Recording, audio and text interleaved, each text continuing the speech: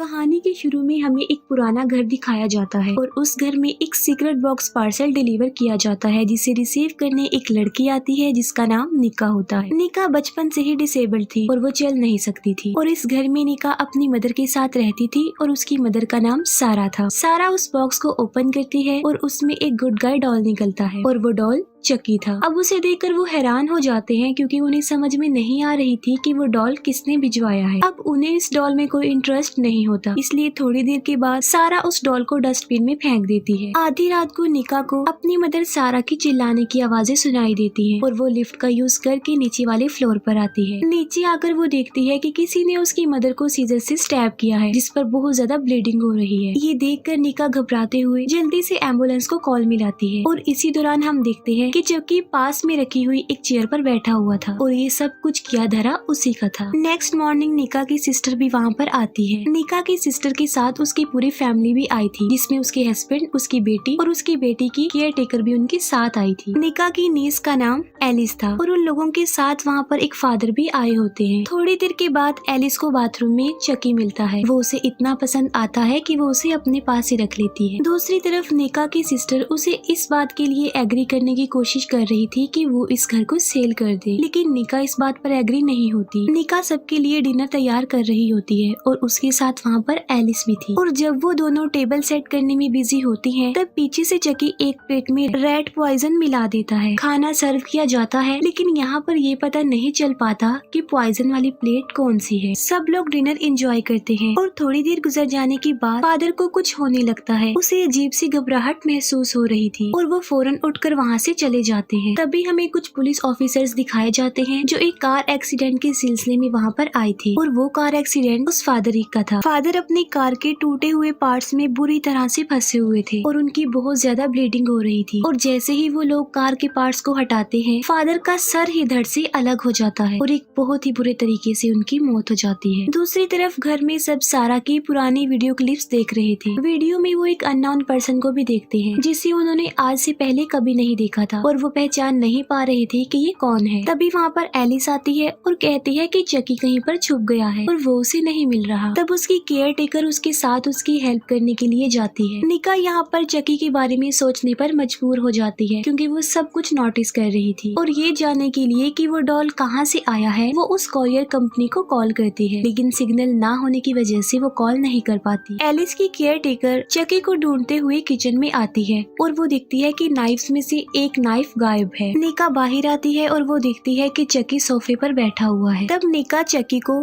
Alice को देने के लिए लिफ्ट में जाती है और इसी दौरान लाइट ऑफ हो जाती है जिसकी वजह से लिफ्ट बंद हो जाती है। अंधेरे में निका को एक चाकू चलने की आवाज भी सुनाई देती है और तभी अचानक से लाइट आ जाती है और निका चकी से डर जाती है क्योंकि चकी उसे डराने की कोशिश कर रहा था। निका चकी को एलिस को दे देती है और एलिस निका की टांग पर लगे उस कट को नोटिस करती है जो अंधेरे में चकी ने नाइफ से उसे मारा था। अब क्योंकि डिसेबिलिटी की वजह से निका के पाँव बेजान थे, इसीलिए उसे ये पेन महसूस नहीं हुई और उसे ये भी पता नहीं चला कि ये चोट उसे कब लग गई। इस पॉइंट पर निका का चकी पर डाउट और ज्यादा बढ़ जाता है और तब वो फिर से कोरियर कंपनी में कॉल करती है और उसे पता चलता है कि वो किसी की तरफ से डिलीवर किया गया है। बस इतना सुनते ही कॉल कट हो जाती है क्योंकि वहाँ पर नेटवर्क अवेलेबल नहीं होता। निका की सिस्टर एलिस को सुला देती है और थोड़ी देर गुजर जाने के बाद निका चकी के बारे में इंटरनेट पर सर्च करती है और तब उसे चकी की रियलिटी पता चल जाती है। उसे एक न्यूज आर्टिकल मिलता है जिसमें वो पढ़ती है कि चकी के अंदर एक सीरियल किलर की सॉल। एलिस की केयर टेकर के पास चकी आता है और उसे देखकर वो बहुत ज्यादा डर जाती है।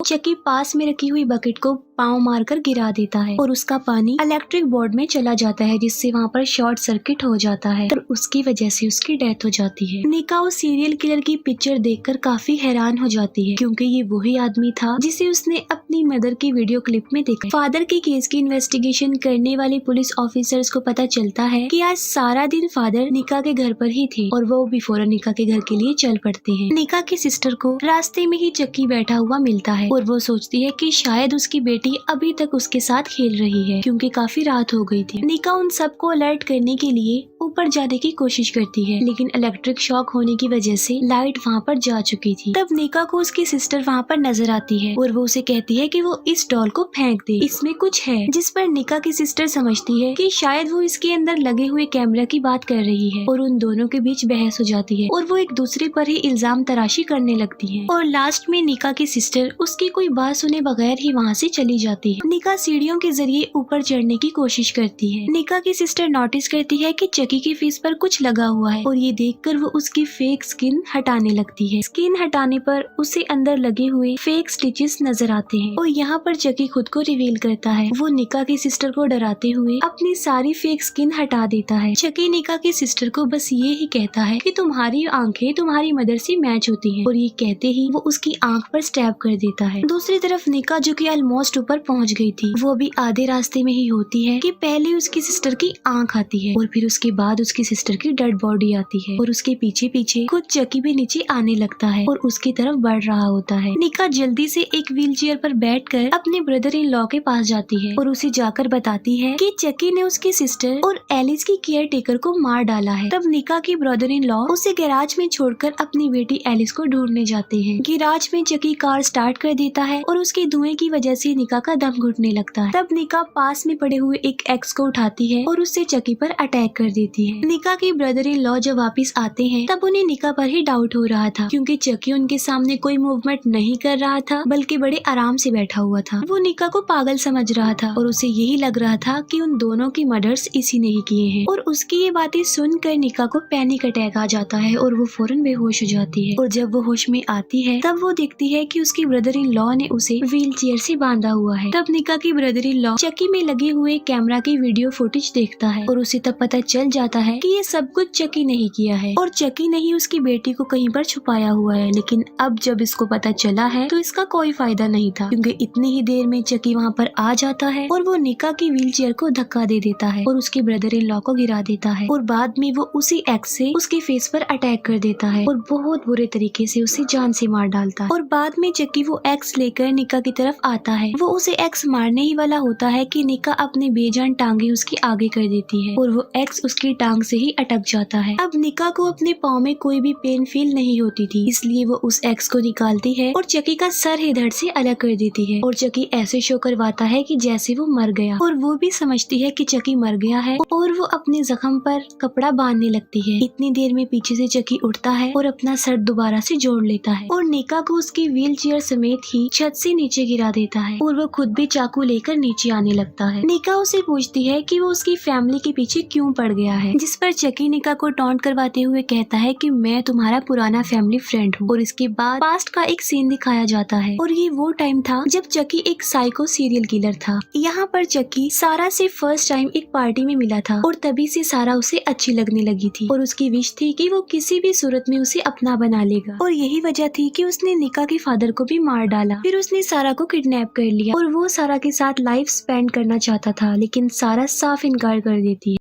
अब सारा ने वहाँ पर किसी तरह अपने पीछे पुलिस को भी बुला लिया था। उसे देखकर वो गुस्से में आ जाता है और वो सारा के पेट में चाकू मार देता है और यही वजह होती है कि निका बचपन से ही डिसेबल्ड थी। फिर चकी बताता है कि पुलिस से बचने के लिए वो एक टॉय स्टोर में छुप गया और तब एक डिटेक्टिव ने उसे गोली मार दी और तब उसने अपनी सॉल एक डॉल में ट्रांसफर कर दी और वो चकी बन गया। और आखिर 25 सालों के बाद उसने बहुत सारी फैमिलीज को बदला लेने की गर्ज से डिस्ट्रॉय कर दिया और अब वो सारा की फैमिली से बदला लेने आया है। ये सुनकर निका उसका मजाक बनाने लगती है कि उसने आज तक अपने असली दुश्मन को तो नहीं मारा और वो अभी तक जिंदा है। और ये सुनकर चकी को गुस्सा आ जाता है। निका लिफ्ट में जाकर खुद को बंद कर लेती है और चकी भी वहाँ पर आकर उसके हाथों पर मारने लगता है और वो चकी से चाकू को छीन लेती है। चकी एक बार फिर से निका पर अटैक कर देता है और इस बार वो नाइफ उसके अंदर ही घुसा देती है, लेकिन इसके बावजूद भी चकी नहीं मरता। इतनी ही देर में पुलिस ऑफिसर्स भी निका के घर में पहुँच जाते हैं और जब वो निका के चिल्लाने की आवाज सुनते हैं तब तब वो दरवाजा तोड़कर अंदर आ जाते हैं। अंदर आकर सबसे पहले वो निका की सिस्टर की डेड बॉडी देखते हैं और उसके बाद वो निका को देखता है जिसके हाथ में नाइफ था जिस पर ब्लड लगा हुआ था और वो समझ रहा था कि ये सारे मर्डर्स निका ने ही किए हैं। और वहीं पर चकी भी पास में रखी हुई चेयर पर बैठा हुआ था। कोर्ट का सीन दिखाया जाता है जहाँ पर निका के ऊपर 4 मर्डर्स का इल्जाम लगाया गया था और उसके ऊपर इल्जाम इसलिए आया था क्योंकि सारे वेपन्स पर निका के ही फिंगरप्रिंट्स थे और निका को क्रिमिनल्स के मेंटल असाइलम में डाल देने की सजा सुनाई जाती है। जाते जाते भी निका चकी को चिढ़ाते हुए जाती है कि वो अब भी उससे बच गई और उसने अभी भी नहीं उसे मारा। फिर हमें वही पुलिस ऑफिसर दिखाया जाता है जो चकी को लेकर कहीं जा रहा था। असल में वो चकी को कहीं पर सेल करने जा रहा था और जब वो अपनी गाड़ी में बैठा होता है तब पीछे से कोई उसकी वेन काट देता है और ये मूवी यहीं पर एंड हो जाती है।